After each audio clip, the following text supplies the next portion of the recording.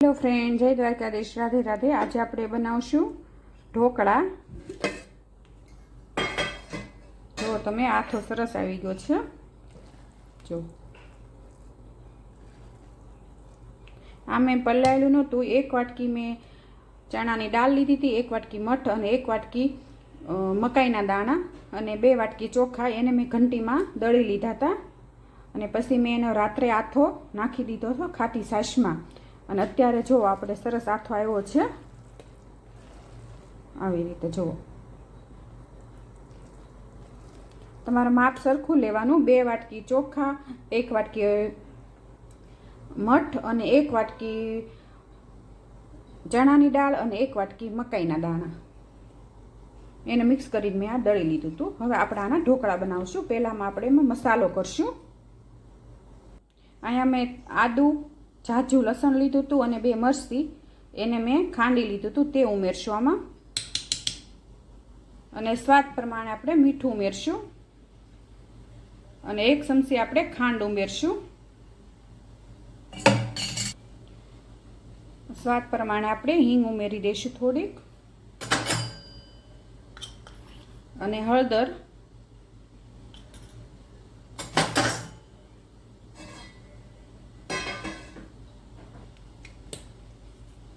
હવે આ બધું આપણે મિક્સ કરી લેશું।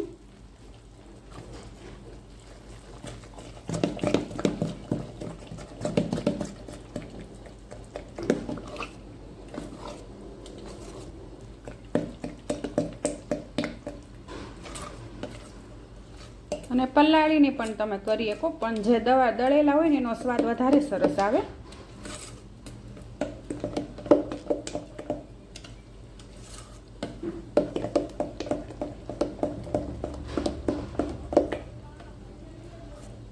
જો આવું રીતે ખીરું બનાવવાનું, બહુ જાડું નહીં, બહુ પતલું નહીં। આ મઠના ઢોકળા તમે એકવાર કરજો, બહુ સરસ લાગશે। અને ફરીવાર કહું છું કે 2 વાટકી ચોખા, 1 વાટકી મઠ અને 1 વાટકી મકાઈના દાણા અને 1 વાટકી ચણાની દાળ એવી રીતે તમારે દળી નાખવાનું ઘંટીમાં ઢોકળાનું। અને આ તમે વધારે પણ દળાવીને એનું એક સરખું ભાગ કરીને દળાવીને પણ તમે રાખી શકો। હવે હું આમાં થોડુંક બેટર આપણે અલગ લઈ લઈશું આવી રીતે।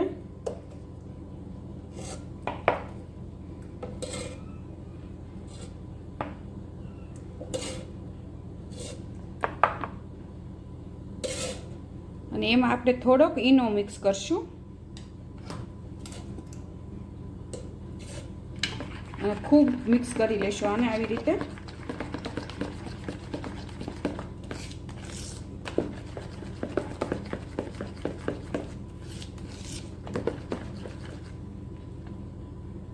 અને અહીંયા ઢોકળાનું સ્ટેન્ડ પણ મેં ગરમ થવા મૂકી દીધું હતું।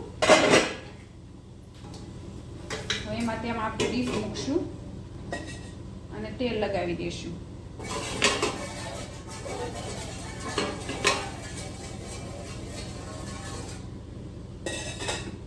અને આ બેટર એમાં આપણે રેડી દઈશું।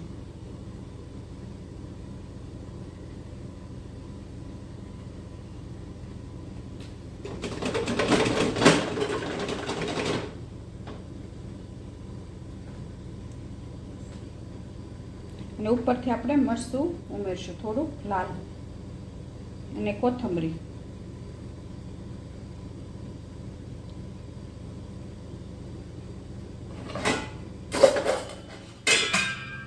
ઢાંકણ ઢાંકીને આપણે સડવા દઈશું।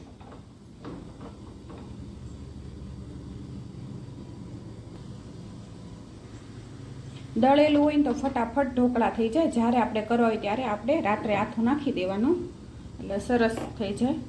અને ઓલું મિક્સરમાં ક્રશ કરીએ, પલાળીએ તો થોડીક વાર લાગે। એટલે આવી રીતે તમે લોટ દળાવીને પણ રાખી શકો અને તમારે જેટલું પછી અડદની દાળ છે તે વસ્તુ પણ જે તમે નાખી શકો આમાં।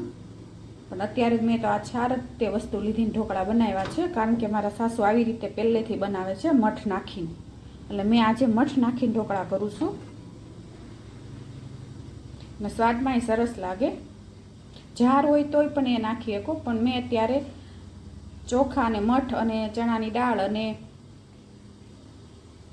મકાઈના દાણા એટલું જ વસ્તુ મેં લીધી છે.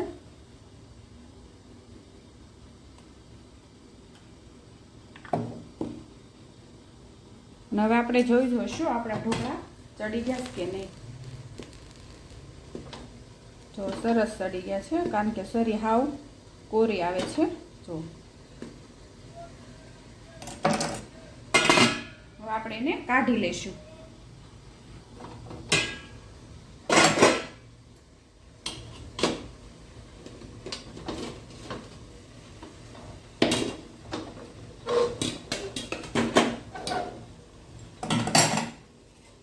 બીજી ડીશ પણ આપણે આવી રીતે મૂકી દઈશું ને બનાવી લઈશું.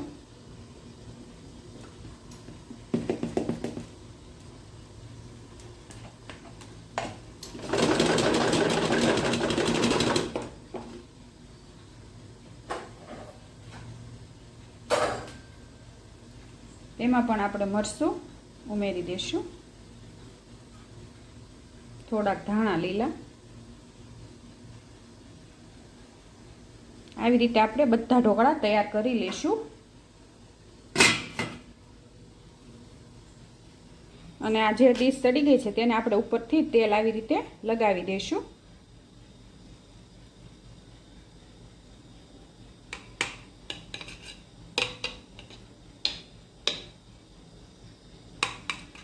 એટલે શિયાળો છે ને એટલે આમ કડક ન થઈ જાય, થોડાક આમ સોફ્ટ રહે એ માટે.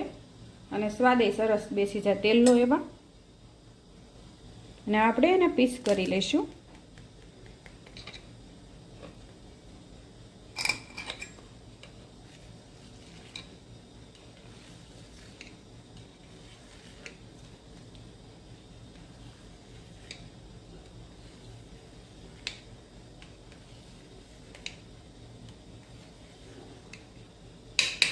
દળાવીને તમે કરો એનો સ્વાદ જ અલગ હોય. પહેલાં બધા ગઠિયા દળાવીને જ કરતા, હવે તો બધા મિક્સરમાં ક્રશ કરીને કરે છે. પણ આનો એક સ્વાદ જ કંઈક અલગ હોય. આપણે એમ થાય કે ઢોકળા જ ખાઈએ છીએ આપણે, એવો સ્વાદ હોય આનો.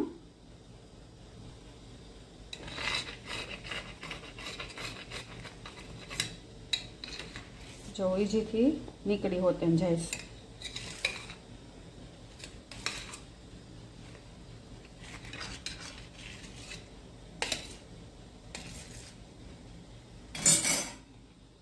જુઓ તમે, એકદમ સોફ્ટ બન્યા છે, જાળીદાર બન્યા છે.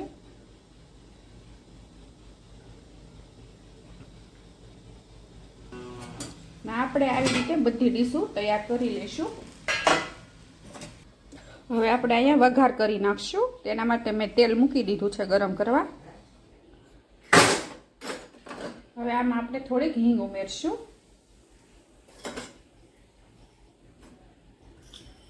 અને રાઈ ઉમેરી દેશું, જીરું, થોડાક આપણે તલ ઉમેરશું, એનો સ્વાદ સરસ આવે. અને મીઠા લીમડાના પાન,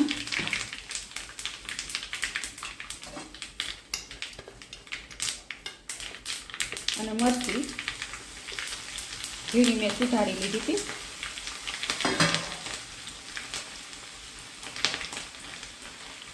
ગેસ ધીમો કરી નાખશું.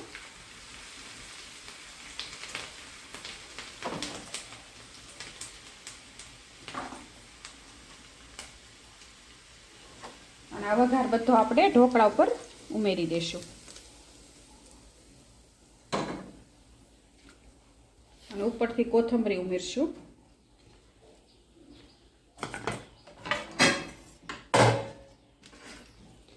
બધું આપણે મિક્સ કરી લઈશું. અને તમને આ મારા ઢોકળાની રેસીપી જો ગમી હોય તો લાઈક કરજો, શેર કરજો અને સબસ્ક્રાઈબ કરજો. અને કોમેન્ટમાં પણ જણાવજો કે આ ઢોકળા તમને કેવા લાગ્યા.